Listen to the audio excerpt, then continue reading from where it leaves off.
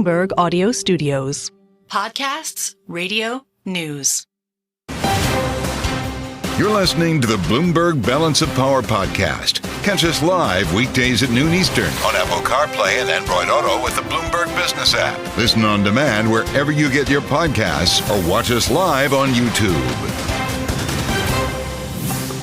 Kailey, senators are going to be in the position to start voting on confirmations, up or down, on a large team that Donald Trump has assembled. It will not include Matt Gaetz. Yep. It will include Pam Bondi. That's right. Someone else who's from Florida. She, of course, did a few rounds as the attorney general of that state. And our next guest is someone who actually knows her pretty well, and that is the Palm Beach County State Attorney, Dave Aronberg, who is here with us on Bloomberg TV and radio. Welcome back to Balance of Power.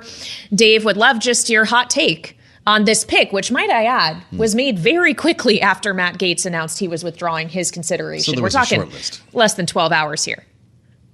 He likes us Floridians. And Pam Bondi. Yeah, clearly. Kailey and Joe, good to be with you. Pam Bondi is a loyalist, someone that he doesn't have to worry about going off the reservation.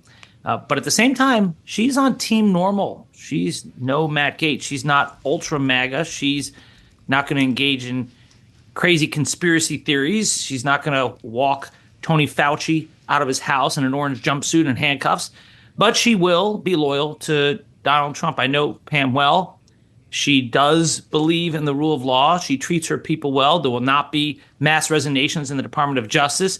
She will get confirmed through the U.S. Senate. She is liked by people on both sides of the aisle who know her. And I think it was actually a smart pick by Donald Trump, especially because in the wake of the Matt Gaetz disaster, he didn't waste any time in finding someone who will do his agenda by going after undocumented migrants, fentanyl at the border, and other things. She'll do some controversial things. She'll do some popular things. But at least she's just not going to weaponize the DOJ to trump up, for lack of a better word, false cases, fake cases to try to go after Trump's enemies. Interesting when you consider the idea of loyalty in some of these picks. And I wonder your thoughts on this. Bondi declined to take legal action against Trump University, even after receiving nearly 24 complaints in her office in 2013. She also joined the team defending Donald Trump during his first impeachment. How will that inform the way she takes directives from the president-elect? She is loyal to Donald Trump. He wouldn't have appointed her otherwise. But it's not the first time we've seen a loyalist as Attorney General. Bill Barr was supposed to be a loyalist, and he was for most of his term. JFK had his own brother as Attorney General, so it's not that unusual. And as for the $25,000 contribution that Trump made to Pam Bondi's campaign, remember, there's a natural tension when you have to run for office as a state attorney general. You have to go to your supporters and ask for money. She did that to Donald Trump. He wrote the check and signed it days before there was an article that came out about the investigation into Trump University in New York. So there is no evidence that there was a quid pro quo because the check was written and signed before the article came out, which is what informed Pam Bondi and her team that there was this investigation going on. Plus, when you mention a couple dozen complaints, yes, but those complaints don't go to her office. They go to the Department of Agriculture and Consumer Services. And although 24 complaints is not insignificant in a huge state like Florida, it's not going to rise to the level of the Attorney General's office taking action until there's more or until they're notified about it in a different way. And one more thing on that, her office turned over at the time 8,000 pages of documents to show that there was no communication between her office and Donald Trump about Trump University. So, yes, I admit the timing doesn't look good, but as far as evidence of quid pro quo and bribery, there is none.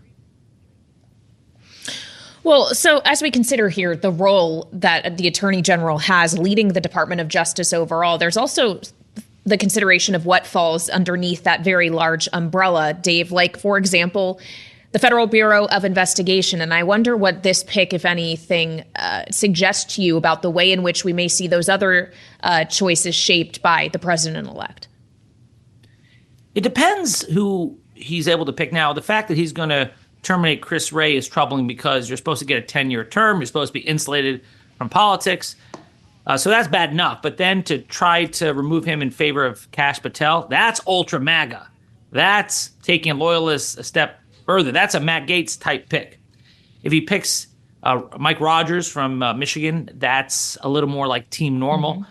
So it depends who he picks, in addition to the fact that he'll be doing something he's not supposed to do and getting rid of Chris Wray. So we'll see what happens there. But I do see Pam Bondi as a bit of a guardrail because, as someone who knows her and has worked with her, she does believe in the rule of law. And I think that whatever she does, she'll tether it to the rule of law.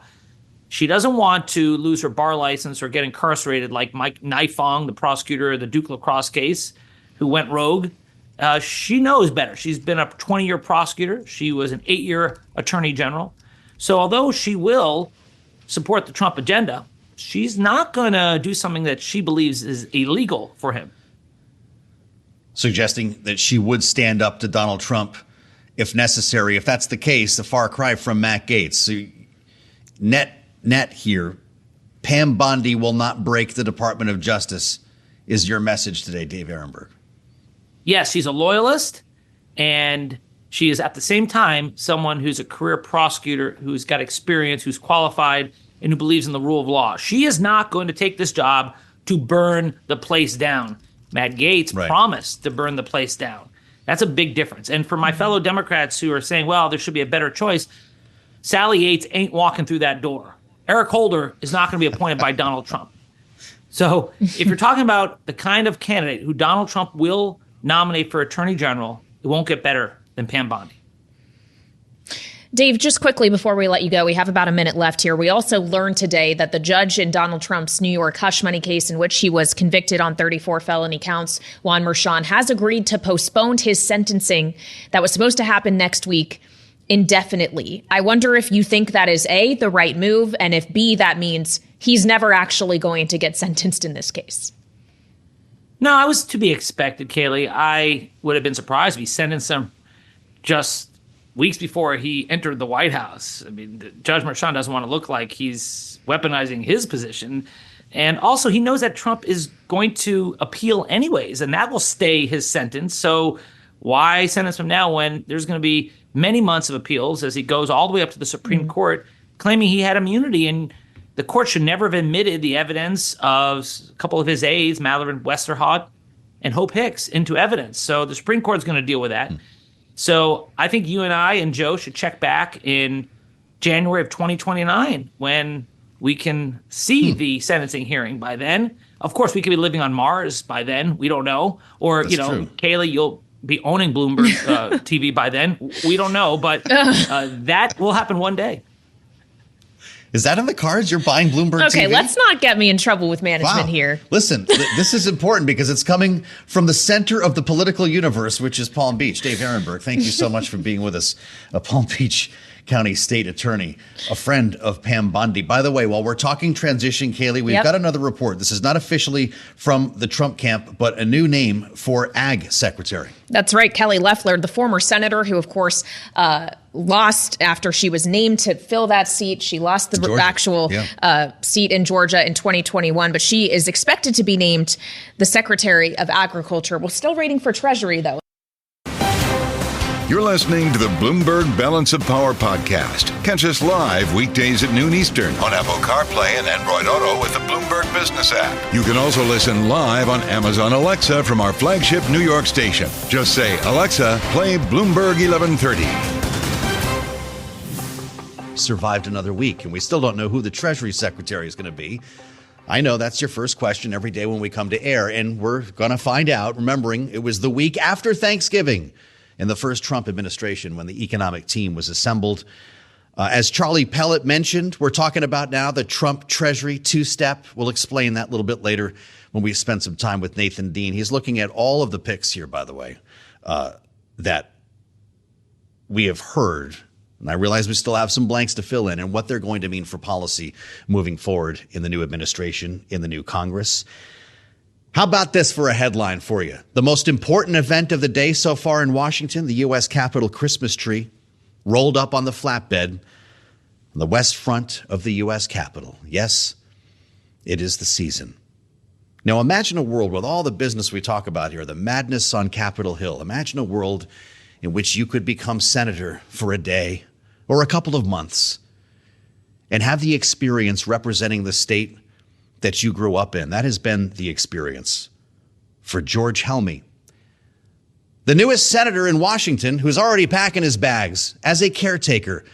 This is the man nominated by the governor of New Jersey, Phil Murphy, to replace Senator Bob Menendez and fill the seat, holding it for Andy Kim when he comes in here after votes are certified.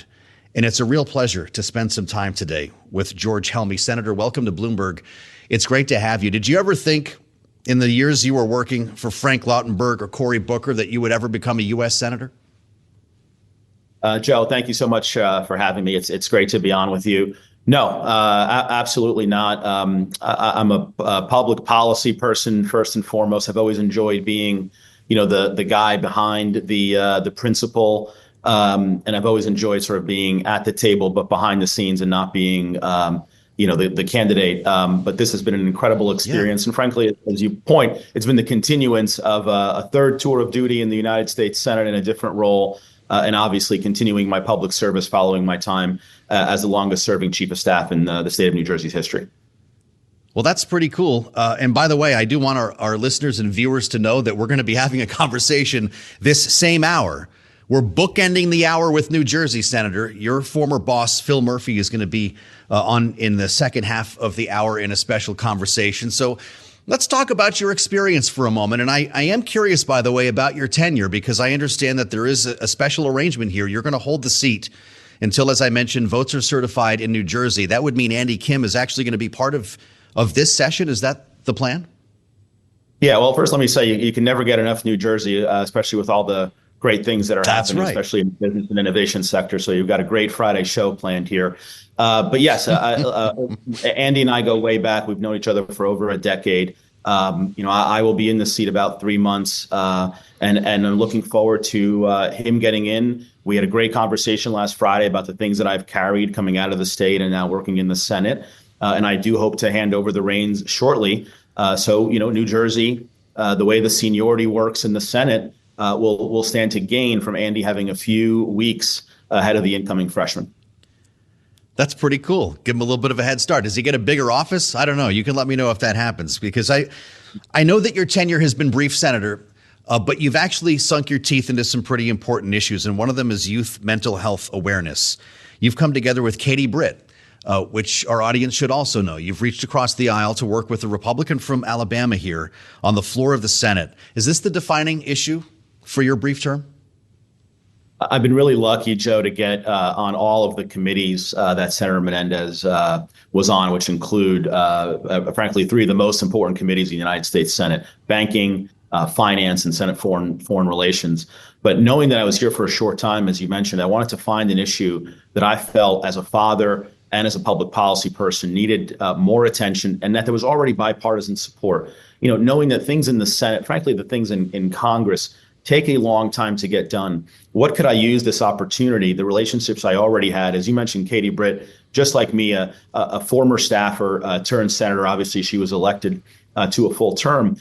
Where was there already momentum that I could use my time there to go talk to folks on both sides of the aisle in the Senate? And I've been really engaging members on the House to say, hey, this is a national issue. We know the data coming out of the 2010s about self-harm, young girls who are making suicide plans, exasperated, in my opinion, by the effects of the pandemic.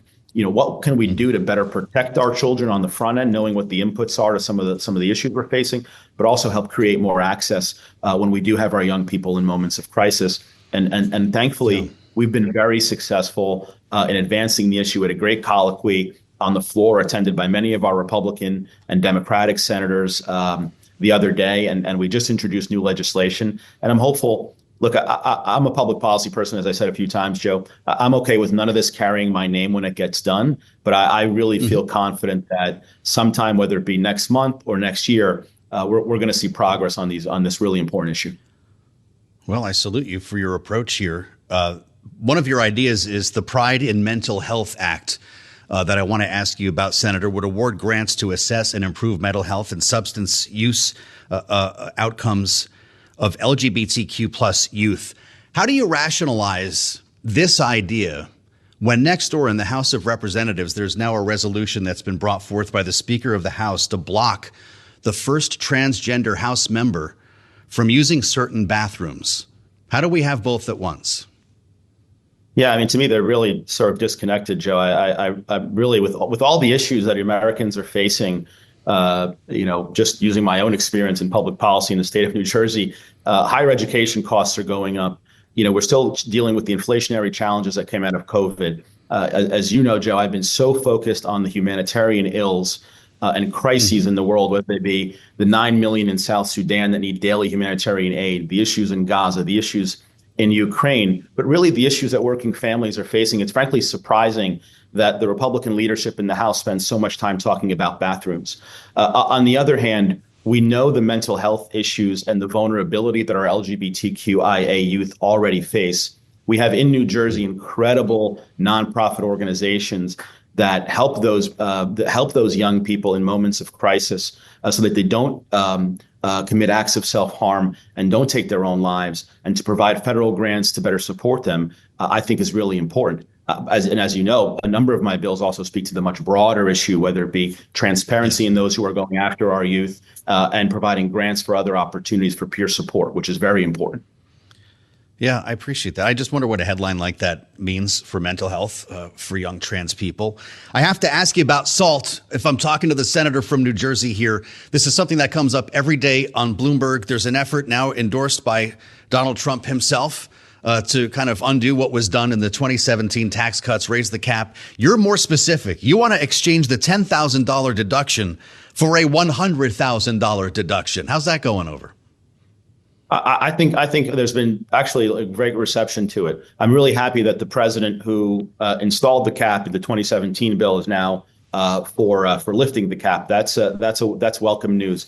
I've had 2 hearings in the banking committee, in the subcommittee that has jurisdiction over the tax policy. Just one the other day in which I elevated this again to the chairwoman and the Republican members, talking about the investments that New Jersey makes with its property taxes for the best public schools, for open spaces.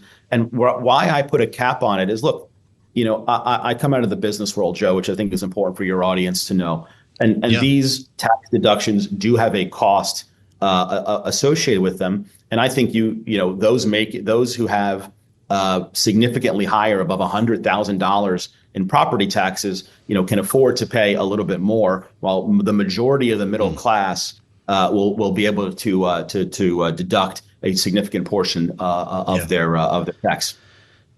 Well, Senator, I'm glad we had a chance to spend some time together. George Helmy, the Democrat from New Jersey, the pride of Jersey City, getting our New Jersey or Bust Hour off and running with style. Senator, thank you. You'll have to let me know if it's safe to go back to Morton's one of these days here in Washington, D.C. We'll have a lot more coming up. Nathan Dean is next here on Bloomberg. You're listening to the Bloomberg Balance of Power podcast. Catch us live weekdays at noon Eastern on Apple CarPlay and Android Auto with the Bloomberg Business app. Listen on demand wherever you get your podcasts or watch us live on YouTube. I'm Joe Mathieu. It's good to see you. You made it to Friday, the weekend before Thanksgiving. Maybe you have a long one. I hope for your sake that you do. It's awfully quiet around here in Washington as lawmakers head home for the holiday and we wait for the big transition, which we're, of course, talking about all day long around here. Let me just answer the question that you have in mind. We don't have a Treasury Secretary pick, but we do have a new concept. Let's work with what we have, right? We're going to go to war with the army we have, seems to be the idea at Mar-a-Lago, but we might need everybody for this. It's the Treasury two-step. President-elect floating this idea of Kevin Warsh as Treasury Secretary, with the understanding he would be later nominated to run the Fed when Jay Powell's term as chair ends. Scott Bessent, meantime, keep him in the House, the White House. He runs the National Economic Council. He becomes Treasury Secretary when Warsh becomes Fed chair. Nathan Dean, how did I do? I think you did great. Is that's really the plan here? Well, I think that it's a plan that makes sense from President Trump's perspective because, President Trump said prior that, he's floated this idea of firing or demoting Jerome Powell at the Fed. We don't think that's going to happen. Makes better sense just to let Powell serve out the rest of his term. But they've also floated this idea of a shadow banking Fed chairman. That's right. And if Kevin Warsh is now Treasury Secretary with the idea that in a year he's going to be the Fed chairman, Wall Street is going to be looking at the Department of Treasury over on over next to the White House. Yeah. They're not going to be looking down Constitution Avenue at the Fed. So it makes sense. Because with Kevin Warsh, you get somebody that Wall Street, I think, can work with, Wall Street respects, and then they move to the Fed, and then you get Scott Bessent at NEC chair to move up against somebody that Wall Street can work with. So I think this plan, if it were to go into fruition, certainly would pass the Senate. I think Wall Street would be pretty happy with it. I think a couple of folks on the populist side of the Republican Party may not be so happy with it. Okay. But I would also just remember, Treasury doesn't play the same amount of role that it plays in terms of tariffs like Commerce does, which is why Howard Lutnick at Commerce is much more important to President Trump's initial agenda of implementing those tariffs. So you put yourself down at Mar-a-Lago. The president-elect was interviewing all three. It was Rowan, Warsh, Bessent this week. He's sitting down with Bessent. It was his idea to have this shadow Fed chair, right? So, Mr. President, they start spitballing on this. I said, well, how about you? Maybe we could do that. Make the Treasury Secretary be the shadow. You just hang out with me in the White House till he's done. We'll pull the trigger on this whole thing. Did they work it out together on the patio? I'm not sure. I mean, obviously, I wish I was on that patio. A, because of the weather, it's snowing here. But B, just to listen about how they're gaming this out. But what I will say is that President Trump wants speed. The reason why he wants these picks done and he wants to move them quickly is because every single moment that the Senate is focused on nominations, they're not focused on tax reform. And if Speaker Johnson kicks the funding fight from December into March, again, it's going to junk up a lot of President Trump's first 100 days up on Capitol Hill. Right. So if they can get this plan to work and if they can get enough Republican senators to go with it, I presume that they can, then you score your idea of moving quickly, getting a shadow Fed chair, and also making Wall Street fairly comfortable with where you're going on two of the biggest picks from the economic perspective. Meanwhile, Secretary Lutnick, assuming he's confirmed, becomes the tariff czar. They put USTR under Commerce. That's the tariff house. That's how that works. Treasury gets cover because Lutnick is doing it. Yeah, so this is where the soap opera version of the Trump administration begins because on one hand, you're going to have President Trump pushing tariffs. Tariffs are very popular with the president. This is something he's campaigned on and most likely something that we're going to see in the first half of next year. But Wall Street, on the other hand, may not like tariffs so much. If companies like Home Depot or Nike or Adidas have to start buying a lot more expensive products from outside of the United States, Wall Street's not going to like that. So you're going to have the Treasury Secretary at one point saying, look, these stocks may be going into the red because of your tariff policy. But on the other hand, you're going to have Commerce saying, well, this is what we were elected to do. I don't envy them and how they're going to have this decision and how they're going to have to fight this out. Boy. But ultimately, it's going to be President Trump's decision to either direct Commerce to move forward with these tariffs or not. We will always tell our clients, though, just remember, tariffs, for the most part, come from the power of the presidency, which means you're going to see a lot of headline risk to begin. But then as the process plays out, there could be exemptions, there could be lobbying, there could be reciprocal tariff threats from China, for example. So presidents never back themselves into political back corners with tariffs. It's a long, drawn-out process as opposed to a magic wand that happens on day one. Fascinating. Your eyebrows must have raised when you heard this idea of a crypto czar. Floated. We've got no details still, at least that I've heard, on what this is, what the title really would be. What agency this person would be floating around the White House somehow. Do you know anything about it, who that would be? No, but what we tell folks when it comes to czars is that they have fancy titles, but a lot of times they don't have huge implementation avenues. Because remember, in the crypto space, it's going to be the SEC chair and the CFTC chair that will be implementing regulations. It'll be Congress on the other hand. So think of czars, in this case, the crypto czar, think of them as cheerleaders. Okay. They're going around, they're telling folks, yes, we are working on this. We're going to work with the SEC. This is to make the market happy. It's to make the market happy. So, but czars are some of the most difficult positions from Washington because they can't have the power to actually implement things. They need to rely on others. Well, meanwhile, Gary Gensler is packing up the office right now. There's a short list of about 100 people to replace him. How's this going to work? Yeah, so, I think the SEC chair is a second-tier priority for Mar-a-Lago. The reason being is there's about 18 names I counted, which means 15 of them are probably self-promoting their own names. You counted 18 possible contenders. I counted 18 names. But for the SEC chair, what we're looking at is, are you going to get a crypto pick or a Wall Street pick. The crypto pick, there's a lot of money that's gone into President Trump's campaign to ensure that crypto is a top issue, but it's not the top issue for the SEC. Are you going to get a Wall Street pick? Think of somebody that comes from the Commissioner Paul Atkins, or even who came from the cloth of Jay Clayton, the former SEC chair, now Trump's pick to lead the SDNY. That is a capital formation pick that will be close to Wall Street. I think what will happen over at the SEC is they'll hit pause. They'll wait till about April or May. It's a second tier pick. You'll have a 2-2. April or May? Yeah, okay. I think what they're going to do is they're going to focus on other things. You'll have Commissioner Leto or Commissioner Peirce, the Republican commissioners. One of them will step up to acting chair. Okay. They'll lay out an agenda, but I don't think you're going to see this really fast deregulatory effort over at the SEC. The crypto loves this, right? I mean, we're looking at $100,000 here. The difference since the election has been wild, and the money made. I know you're not a technical analyst here, but those who do cover the space think there's a new floor, that this idea of a national reserve has completely changed the dynamic for Bitcoin, at least. Do you see it that way? So sort of. So right now, the United States is sitting on around 208,000 Bitcoin. So, that's a lot of cash right now. And so, Senator Lummis has proposed this bill that the United States should build a strategic reserve of about 5% of the world's Bitcoin so the United States can own it. So we already own 208,000. So that could be packaged together, put into what they call, quote unquote, a reserve. The problem, however, is to get additionally is you're going to need appropriations from Congress to essentially direct monies to purchase Bitcoin, and or the executive branch is going to have to figure out how to finagle appropriations for other things to be used for purchase for Bitcoin. It's going to get messy. And so that's why I think this bill is the most likely scenario. Certainly something that we'll be talking about next year. I don't want to say it's going to have decent chances of passage immediately, but what I would always say to the Bitcoin crowd is, yes, you're getting good sentiment right now because you have a president who is going to be very much pro-crypto, but the logistics and the specifics of what cryptocurrency regulation looks like will more likely turning Coinbase into something like CME Group or the Intercontinental Exchange, very similar to what we see in the derivatives world today, which is not the wild, wild west. Fascinating. Always fascinating to spend time with Nathan Dean at Bloomberg Intelligence. You're just back from a tour of European capitals because clients want to know what in the world is going on post-election.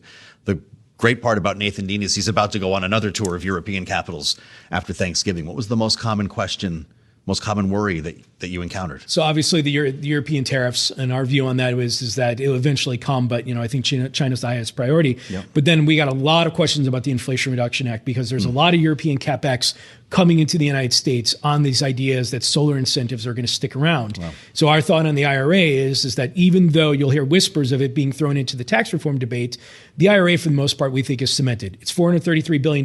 That's cheap when you have to figure out how to pay for $4 to $4.5 trillion of tax extensions. Certain aspects of it can be cut, but ultimately there's a lot of European money going in from the industrial base into southern Trump states like Alabama, Louisiana, and Texas that's building solar farms and solar plants, and local politicians do not want to see those 700 jobs disappear because of something that's happening. Solar stocks have fallen off a cliff since the election. Yeah, I mean, but, could be an opportunity. It could be an opportunity. Great to see you. Happy Thanksgiving. Thanks for always being great. That's Nathan Dean, of course, you know that, with his patented fleece vest.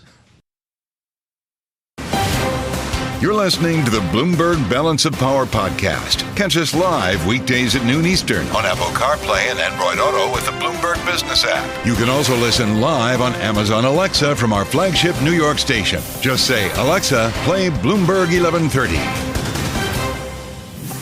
Here in Washington, we've been looking for some answers in the last 24 hours after the news that Matt Gaetz was taking himself out of contention for Attorney General. We know that Donald Trump has now nominated the former Florida Attorney General Pam Bondi to replace him, at least as a nominee. But we had another question, Joe, which was, what does Matt Gaetz' political future then look like? Will he try to take his seat in the 119th Congress? And according to an interview he did with Charlie Kirk, the answer to that question is no. He's not planning on returning to the House. So we've got one question answered, but we still have a lot more we're looking for answers. We do. We still don't have a Treasury Secretary pick. We're told that could be any time or after Thanksgiving. And then there's this idea, as we drill down into this idea, keep me honest here, the Treasury two-step, we'll call it. You put Kevin Warsh in as Treasury Secretary. You keep him there until he becomes Fed chair when Jay Powell's term ends. All the while, Scott Bessent is in the White House chairing the National Economic Council, and he becomes Treasury Secretary when Warsh goes to the Fed. Did I do it? Yeah, that's what the Wall Street Journal has reported, right? That's exactly the report today. Yeah. That has tongues wagging in Washington. And we wanted to talk to Laura Davison about this, Bloomberg Politics editor. Are we just keeping ourselves busy waiting for a name to drop here, or is this a real concept at Mar-a-Lago? This is an idea that's being considered when they're looking at the Treasury role. They're looking at the broader suite of economic jobs, and they're trying to get a team that's cohesive. Mm-hmm. We saw in some cases that people didn't want to work for Howard Lutnick, for example. So people said, no, I won't take the NEC job. If he's going to be Treasury Secretary. So there's a lot of jockeying, and not just like I want this certain title, but also who are going to be the people around me in that specific role. So that's a lot of what's happening here. But also, Trump is not satisfied with the choices he has. There's no one perfect candidate, and that's why we're seeing this drag on, and we could potentially see new names or even surprise names crop up into the mix here. I think it's fascinating that it's taken this long to figure out Treasury, and it could take much longer still. We don't know timeline here. Whereas Matt Gaetz drops out, and less than 12 hours later, he already has a new name on the list for AG ready to go. So clearly there were ideas in place here, backup plans, as there was perhaps writing on the wall for Matt Gaetz. But does that not mean there's not backup plans to the backup plans if he doesn't like the Treasury options that have been presented to him thus far? We're on the backup plans right now. So Mark Rowan and Kevin Warsh, those are people who were not in the initial discussions, brought them down there this week. But those interviews were days ago. There's still meetings happening. They're still trying to figure everything out. And there's just, you basically have an internal conflict here of Trump wants someone who is a Wall Street person, who has the pedigree and the experience, but also is MAGA. And those things are oftentimes at odds. Pete Hegseth making the rounds yesterday in the Senate. He did have an answer to the charges that had been levied against him. A police report came out detailing this sexual assault case that he paid money to settle. He says that they decided not to file charges, and that's the end of the story. Is it? We'll find out. 2 months is a really long time. There could be a drip of allegations that continue to come out here. Trump is basically daring the Republican senators, saying, "Look, defy me." But we saw that Republicans, in the Senate are not afraid. They said no to Matt Gaetz, and they could say no to someone else. So this is really going to be sort of the key one to watch here. It looks like some of the others, perhaps Tulsi Gabbard, RFK Jr. may get by. They're a little bit more qualified from at least that's what Republican senators are saying. If you look at the resumes, a lot of these people, they don't necessarily have the experience that one would traditionally have. But I think there's widespread recognition among Republicans in the Congress that they can't, say no to 3 or 4 or 5 of these picks. So is the prevailing thinking here that John Thune essentially used his one free pass to tank a nominee, even though he didn't really? Matt Gaetz had to take himself out, or that there still could be a free pass yet to go for one of these other controversial nominees? This is really what remains to be seen here, and I think what the specific circumstances and facts on the ground and allegations are. Everything that was swirling around Matt Gaetz was really bad, and there was also this House Ethics Committee report that contained more, and clearly Gaetz did not want to have that out there. So this is I think the facts and circumstances may matter here. If there are more details or things that come out that are problematic, Thune may have more leverage. But the fact that he was willing, he just got the job, not just a couple days ago, but this week, was already willing to say no, indicates that this might be emblematic of his leadership style. Mm-hmm. Laura Davison, thank you so much. Bloomberg Politics editor on this Friday. Just imagine what the weekend could bring. I hope it's not a working one. She does not want to imagine that, I think. Laura's been great with us in the clutch here. No, absolutely not. Nothing will happen until Monday. You heard it here first. Headlines have been flying, though. This has been quite a time for our politics team. We spent some time just yesterday talking with Mikey Sherrill, a congresswoman from New Jersey, Democrat. She's running for governor. Her ideas on this Hegseth matter as a veteran of the Navy. Yeah, a former female Navy helicopter pilot told us this. Look, if you sort of attacked women's service in the way he has, that would be really concerning to any commanding officer in the fleet right now. We have built so much, and it has continued to make us a strong, resilient force. And I would hate to see a Secretary of Defense that had as his agenda and goal tearing that apart. Let's turn now to our signature political panel. Rick Davis and Jeanne Zaino are back with us. Rick, of course, Bloomberg Politics contributor and partner at Stonecourt Capital. Jeanne, Bloomberg Politics contributor and political science professor at Iona University. What's your thought on this today, Jeanne, now that we've had a little bit of time for this to settle? Pete Hegseth making the rounds in the Senate with this scandal hanging over his head and an idea that we should bar women from combat roles like the one that Mikey Sherrill had. Yeah, there's been time now. We've had several people go back and read. Pete Hegseth is the author of 4 books that have been bestsellers, and he has said a lot that's controversial in those books. People have been reading through those. And, with 2 months to go potentially before he gets to a hearing, if it gets that far, how much more can come out and be chewed over? I think your conversation with Mikey Sherrill is absolutely on point. He is going to have to defend these views, or he's going to have to pivot, and he's going to do it in front of senators, including vets, including female senators who are vets, who have given their lives for the military. So he's going to have a lot of explaining to do. And that doesn't even start to get to the police report. That is pretty damning as well. Well, yeah. So, Rick, would love for you to weigh in here, because if we look back at history and the things that have taken down candidates for nominations like this in the past, perhaps you could see a number of things that would have previously been found to be disqualifying, whether it was these character questions or just a question of experience. Not to diminish his service. He, of course, has served in the National Guard, and he's done tours of duty, and yet he hasn't actually been a leader in the way we typically see of Defense Department nominees. And we're talking about the United States military here, the greatest fighting force in the world. Yeah, I think that most of the time when I've seen cabinet, sub-cabinet members who require Senate confirmation, ambassadors wind up not getting through a confirmation, it's mostly personal issues. It's not paying taxes, having a nanny that is undocumented and not paying taxes, personal issues related to the law. It's very rarely lack of experience. There have been plethora of cabinet members who've served well, who were sort of thrust into leadership roles and did fine. And I would say, there's a very simple answer to this Hegseth question about women in the military is that's not the policy he's going to make. The White House is going to make that policy. And when you look at all the work that's been done around this transition, whether it's, AFPI,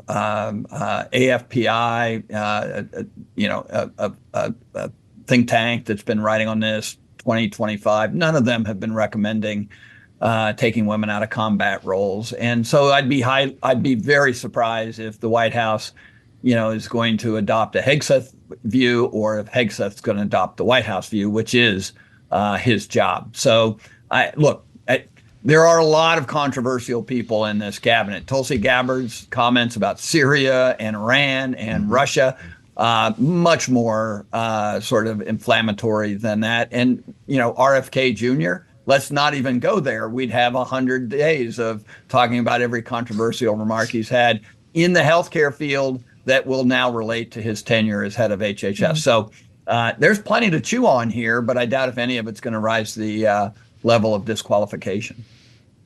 How about Pam Bondi? Jeanne, this is the name, of course, that Donald Trump announced shortly after Matt Gaetz withdrew for Attorney General. First female Attorney General in Florida, elected in 2010, tried unsuccessfully to overturn the Affordable Care Act, declined to take legal action against Trump University, and served on the team defending Donald Trump in his first impeachment. If Matt Gaetz was the man to break or shake up the DOJ, what will she mean for the agency? She has a much stronger record, obviously 8 years, to your point, as an AG of one of the largest states in the country. She's been a prosecutor for many years. But as it pertains to America First, she very much seems to, at least as far as we know, agree with Matt Gaetz. So there will be plenty of questions for her. But of course, she doesn't come with all the baggage. You didn't mention, Joe, that people are starting to call her Legally Blondie, which may be the moniker that sticks with her. But I think she is probably, unless something comes out that we don't know about yet, going to sail through this confirmation process, and she is going to be able to work to do the bidding of Donald Trump in the way that Matt Gaetz had talked about, but without all that baggage. It's not going to impede her confirmation process, as far as we can tell. Did it have to be another person from Florida? Rick, you replaced Florida with Florida after you've already pulled from Florida before. What's all this about? Yeah, it's going to be awful tough to get a reservation in a Palm Beach restaurant by the time this group gets its first break. I think she's the maybe sixth resident of Florida to be appointed to the cabinet or sub-cabinet level, and a former employee of Brian Ballard, who I think premier lobbyist in Florida, Susie Wiles' partner. And it looks like he's going to have quite a franchise in Washington, D.C. over the course of the next 4 years. So, it's definitely a Florida-centric administration. And you better make your Christmas plans early if you plan to get a hotel room down in Palm Beach. Yeah, we started calling Florida, like Southern Florida, Wall Street South. It's going to be Pennsylvania Avenue South also. That's right. The Breakers Or maybe the White House is Florida North. Indeed. I don't know. I'm fine with that. We need some palm trees in our life. It's getting chilly around here. Yeah, it was snowing in Washington earlier today. I don't know if Rick Davis and Jeanne Zaino got to experience it, but we're glad, as always, to experience another conversation with our signature political panel. Thanks for listening to the Balance of Power podcast. Make sure to subscribe if you haven't already at Apple, Spotify, or wherever you get your podcasts. And you can find us live every weekday from Washington, D.C. at noontime Eastern at Bloomberg.com.